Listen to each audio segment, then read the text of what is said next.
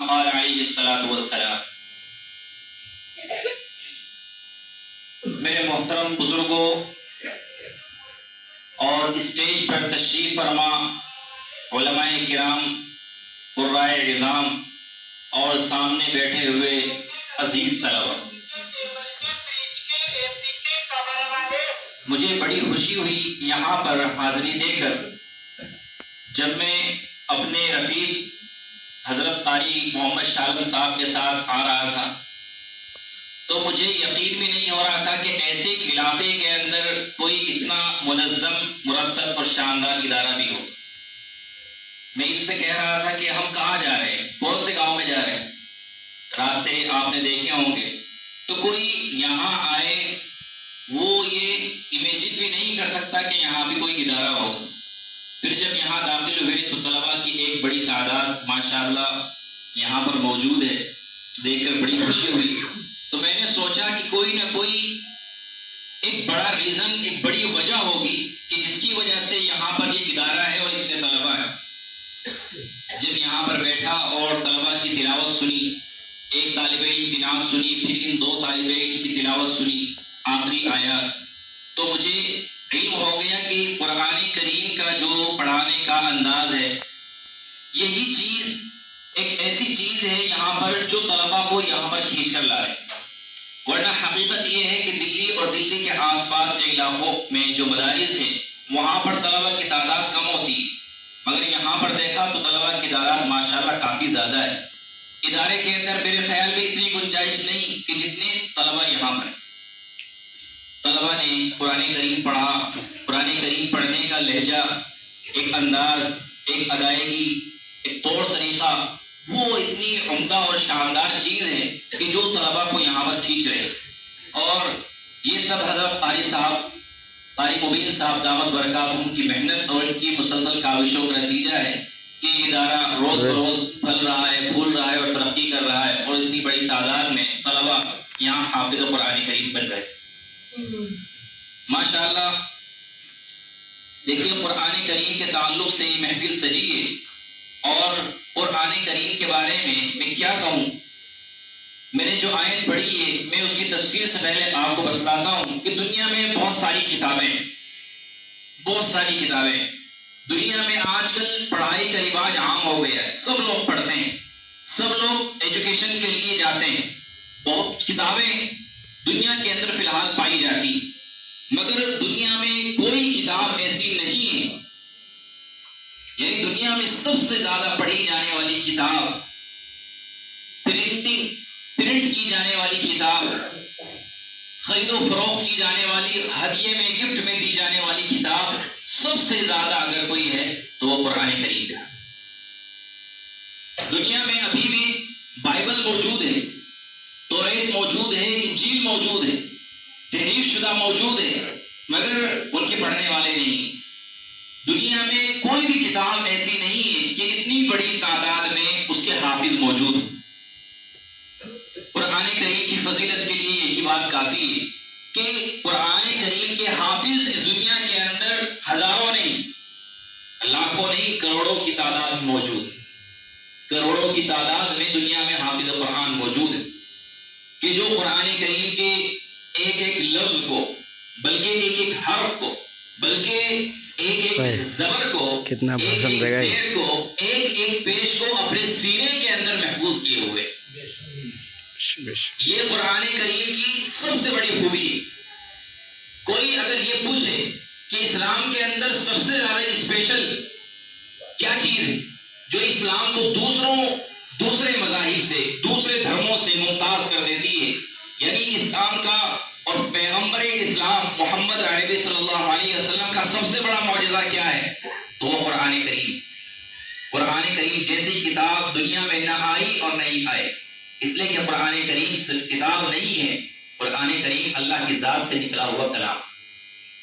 میں نے ابھی آپ کے سامنے جو آیت پڑھی، اِنَّا نَحْنُ نَزَّلْنَا الذِّکْرَ وَإِنَّا لَهُ لَحَافِظُونَ، ہم نے ہی قرآن کو نازل کیا۔ اللہ تعالیٰ کہہ رہے ہیں کہ ہم نے ہی قرآن کو نازل کیا ہے اور ہم ہی اس کو پروٹیکٹ کریں، ہم ہی اس کی حفاظت کریں گے۔ قرآن کو نازل ہوئے 1400 سال سے زیادہ گزر چکے ہیں، مگر قرآن بالکل اسی ابھی بھی بدستور باقی ہے. قرآن کا میں نے بتایا ایک ایک حرف بدستور محفوظ، بالکل محفوظ.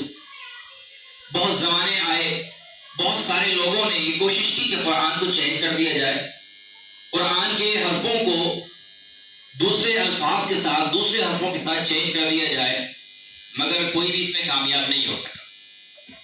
1857 کی جنگ آزادی کا ذکر آپ نے سنا ہوگا کہ ہندوستان میں انگریزوں نے آ کر قبضہ کر لیا تھا اور یہاں پر وہ حکمران کر گئے تھے، ہندوستان کے لوگوں کو اپنا غلام بنا لیا تھا.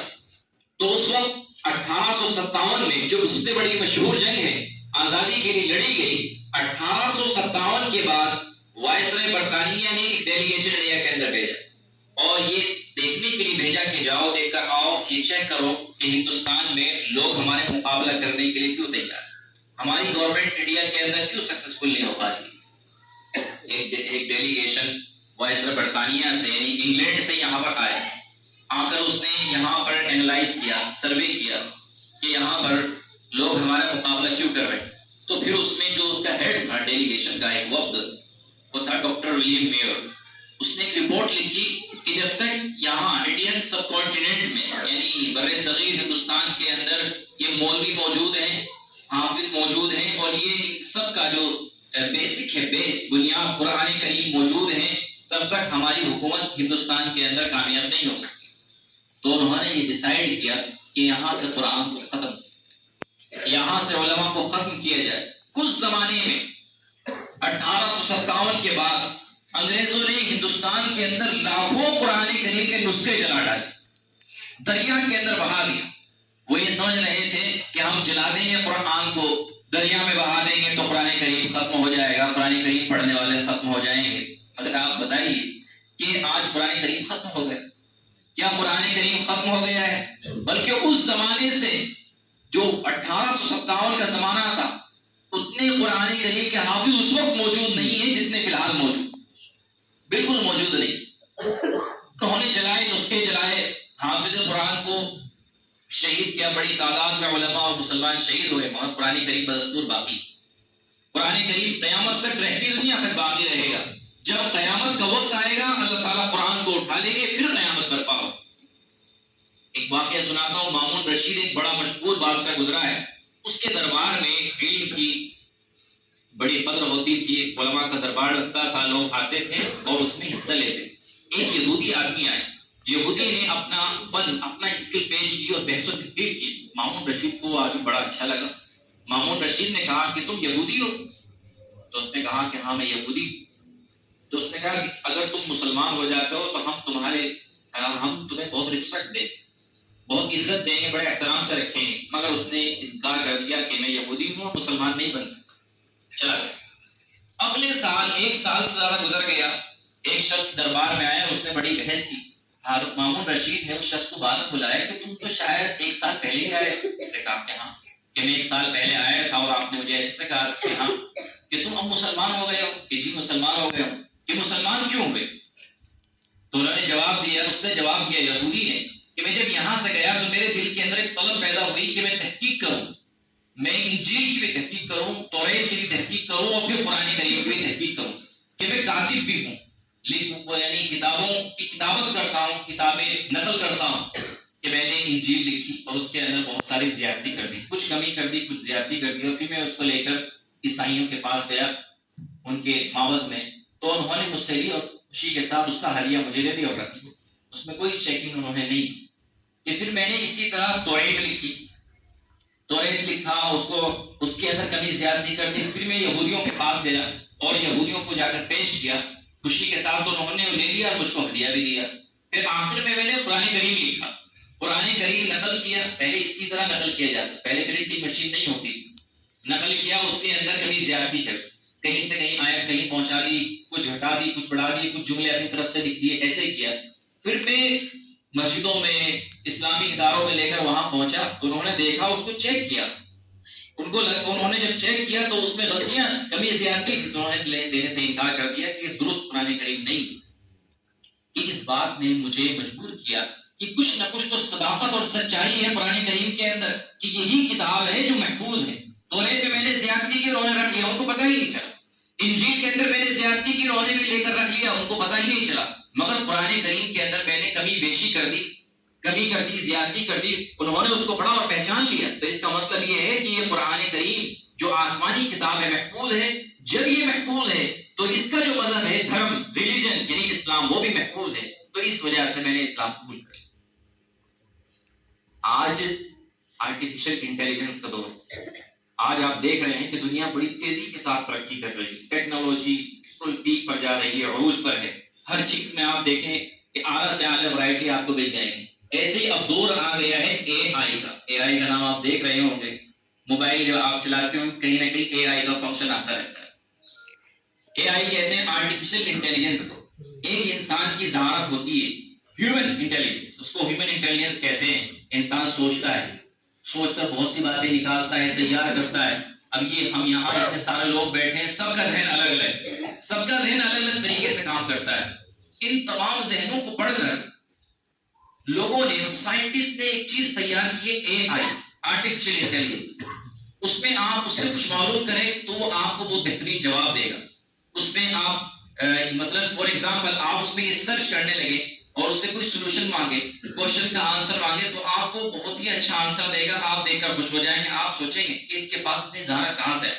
فار ایگزامپل آپ اس میں سرچ کریں، I am an Islamic teacher and one of my student is disobedient۔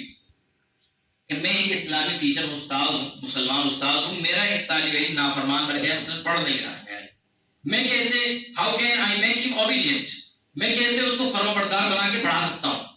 تو آپ کے سامنے اس کے سولوشن پیش کرے گا، اور ایسے سولوشن پیش کرے گا آپ کو ایسا لگے گا کہ ہمارا کوئی بڑا عالم دین، کوئی بزرگ آدمی ہم کو بتا رہا ہے کہ اس کو ایسے ایسے پڑھانا ہے، ایسے ایسے گائیڈ کرنا ہے۔ آپ کو حیرت ہوگی کہ اتنا دماغ اس کے پاس آ گیا ہے۔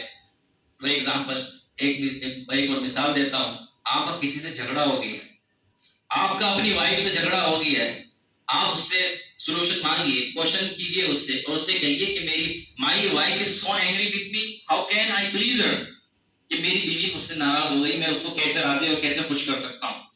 تو وہ آپ کو ایسے ایسے سولوشن بتائے گا کہ آپ ان کو اپنائیں گے تو بیوی راضی ہو جائے۔ آپ اس سے کہیں کہ میں اپنی بیوی کے لیے، اپنے استاذ کے لیے کچھ شاعری لکھنا چاہتا ہوں، آپ شاعری لکھ کر پیش کیجیے۔ آپ اس سے مانگیں گے، وہ بہترین انداز میں ایسے اشعار بنا کر پیش کرے گا کہ آپ کو یقین نہیں ہوگا کہ ایک انسان نے بنائے ہیں، ایک مشین نے بنائے ہیں۔ میں اس پہ کام کرتا رہتا ہوں، میں نے بہت سی مرتبہ اس سے یہ کوشچن کیا، اے آئی I request you to make some verses of Quran like قرآن، کہ میری ریکویسٹ ہے کہ آپ قرآن جیسی چند صورتیں یا آیت بنا کر دکھا دیجیے۔ تو اس نے مجھ سے یہ جواب دیا، I have no ability to create some verses of Quran، کہ میرے پاس یہ صلاحیت نہیں ہے کہ میں قرآن کریم کی آیت بناؤں، کہ میرے اندر یہ صلاحیت نہیں ہے کہ میں قرآن جیسی آیت پیش کروں۔ اس نے جواب دیا۔ تو آج آرٹیفیشل انٹیلیجنس کا دور ہے، دنیا بہت تیزی کے ساتھ ویری ریپڈلی ڈیولپ کر رہی ہے، پروگریس کی طرف، ترقی کی طرف بڑھ رہی ہے، ہر چیز میں ٹیکنالوجی داخل ہو رہی ہے، مگر یہ کہ قرآن کریم آج بھی اسی طرح محفوظ ہے۔ قرآن کریم آج کی ٹیکنالوجی سے محفوظ اور پاک، کوئی ٹیکنالوجی قرآن کریم کے اندر نہیں چلتی۔ اے آئی سے آپ کچھ بھی مانگیے، آپ کچھ بھی اس سے سوال کیجیے، کچھ بھی کوشچن کیجیے، وہ آپ کو اتنا شاندار جواب دے گا کہ آپ کو حیرت ہوگی، آپ کو یقین نہیں آئے کہ اتنا شاندار، اتنا معقول جواب۔ میں نے یہ بتایا کہ جیسے کوئی طالب علم نافرمان ہو گیا، پڑھ نہیں رہا ہے، پریشان کر رکھا ہے استاد کو، آپ اس سے سولوشن مانگیے کہ ایک طالب علم ہے، وہ محنت نہیں کر رہا ہے، میں کیسے اس کو محنت کرنے کے لیے ابھاروں۔